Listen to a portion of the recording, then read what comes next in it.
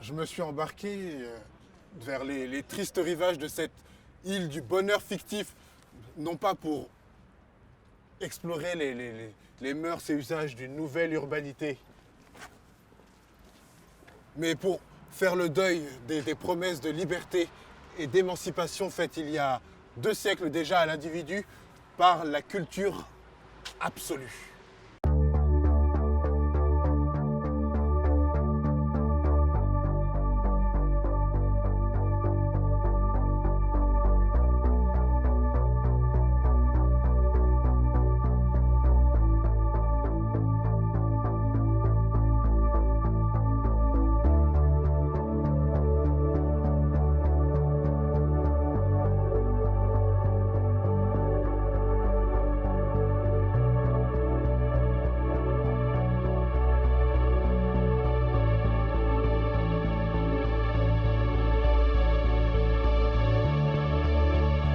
En fait, Berlin, c'est la capitale mondiale d'un folklore culturel alimenté par un tourisme de la révolte et de la création. Ce que je veux dire, c'est qu'on en est arrivé à un point où l'ordre et l'obéissance en ont fini de se confondre avec la liberté et le chaos. Voilà, c'est ça. C'est que la récente histoire berlinoise récapitule le basculement d'un monde moderne dans un monde post-politique organisé par les images.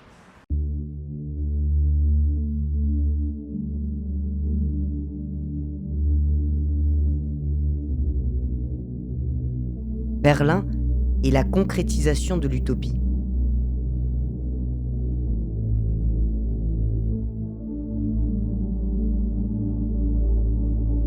Utopie, en latin utopia, qui signifie en aucun lieu.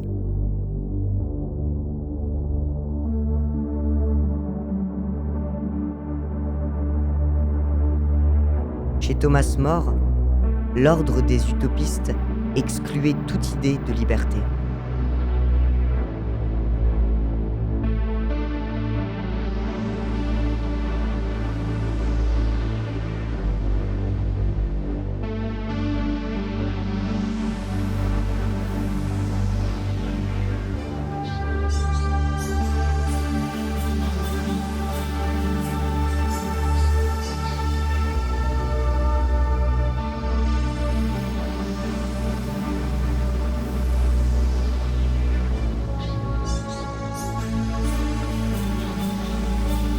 Berlin est la concrétisation de l'utopie.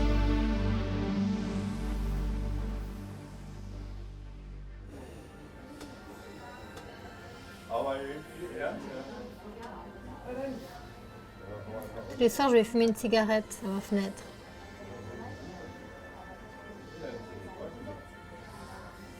De l'autre côté de la large rue, à l'intérieur du large trottoir, se trouve une place pour se garer. On peut y mettre 2 véhicules, mais un seul trouve chaque soir l'honneur de s'y garer. Entre moi et les bagnoles qui changent chaque soir se dressent des lignes. Je les aime, ces lignes, que je dois franchir du regard pour parvenir jusqu'à cette voiture là-bas, de l'autre côté.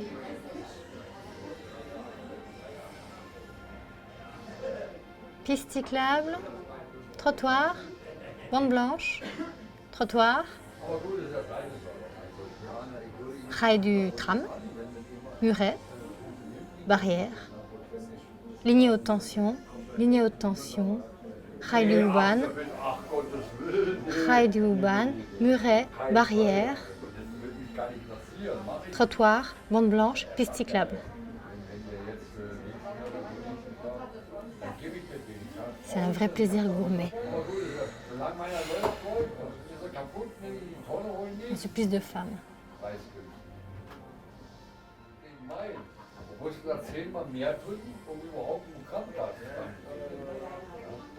Quelle que soit l'heure à laquelle je vais fumer cette cigarette du condamné, je scrute cette allégorie de cette société libérale. À chaque soir, sa voiture de couleur, de taille et de cylindrée différentes. Et La lumière orange du lampadaire qui tombe sur la carrosserie depuis le zénith.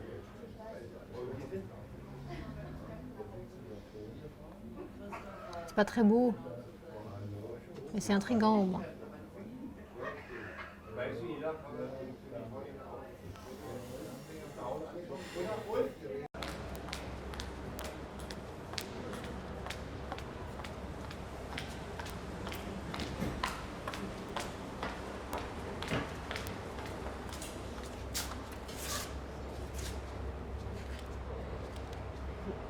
Un soir, je suis allée à Kreuzberg chez une amie qui faisait une fête. Il y avait pas mal de monde et j'étais complètement bourrée.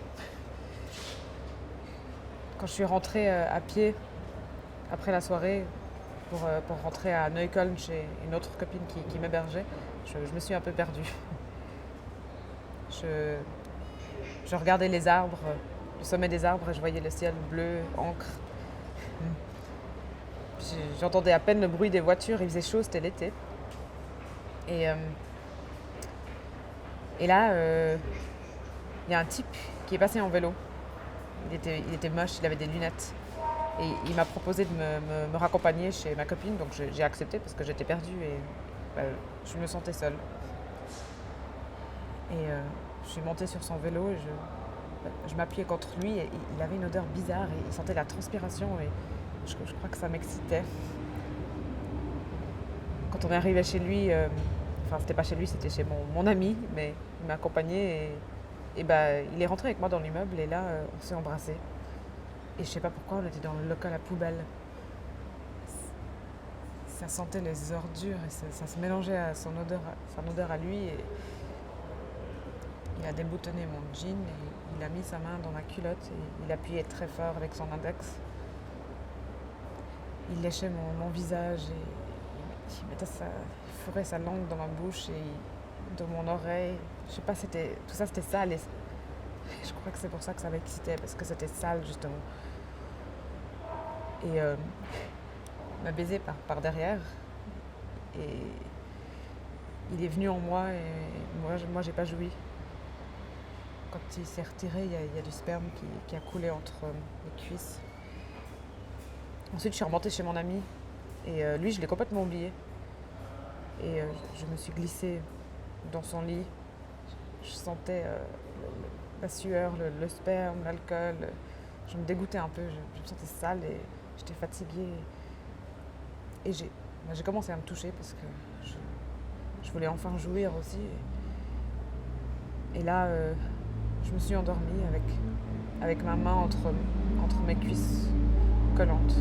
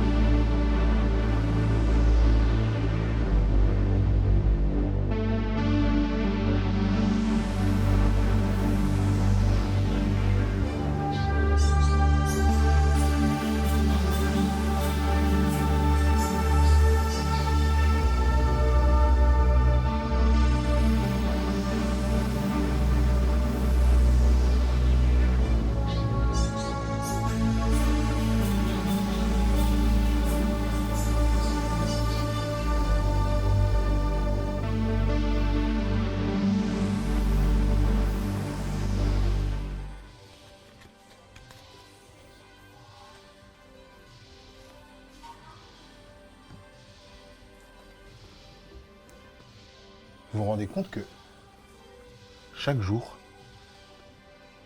les vols low cost déversent sur les aéroports berlinois des contingents entiers de subjectivité fictive.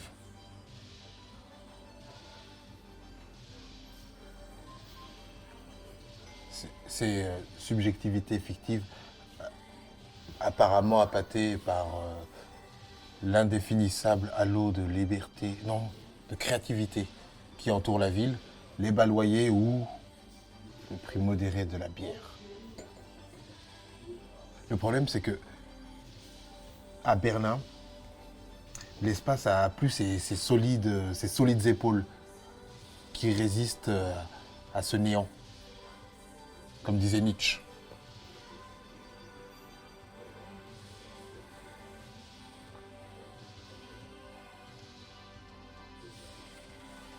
Ce que je veux dire, c'est que la subjectivité fictive a dû renoncer à sa propre consistance en échange d'une liberté imaginaire.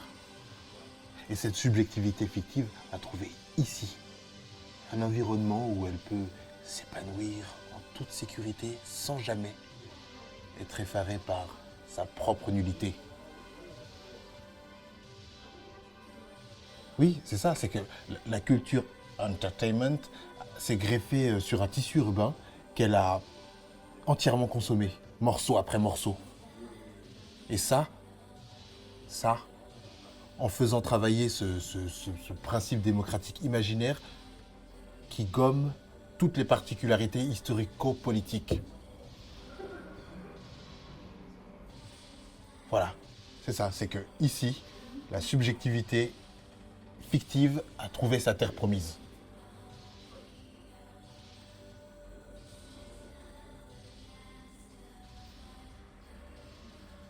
Et puis un soir, le place de parc était vide. Je voyais la lumière orange échouer sur la route, le trottoir.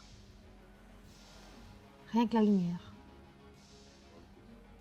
Bande blanche, trottoir, piste cyclable et la lumière.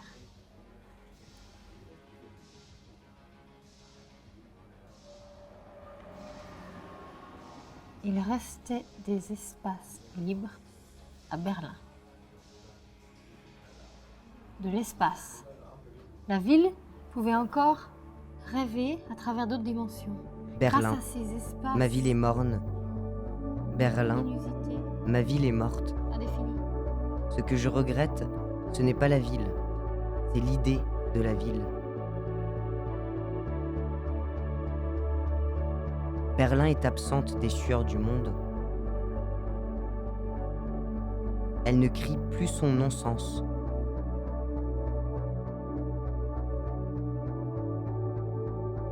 Elle se tait.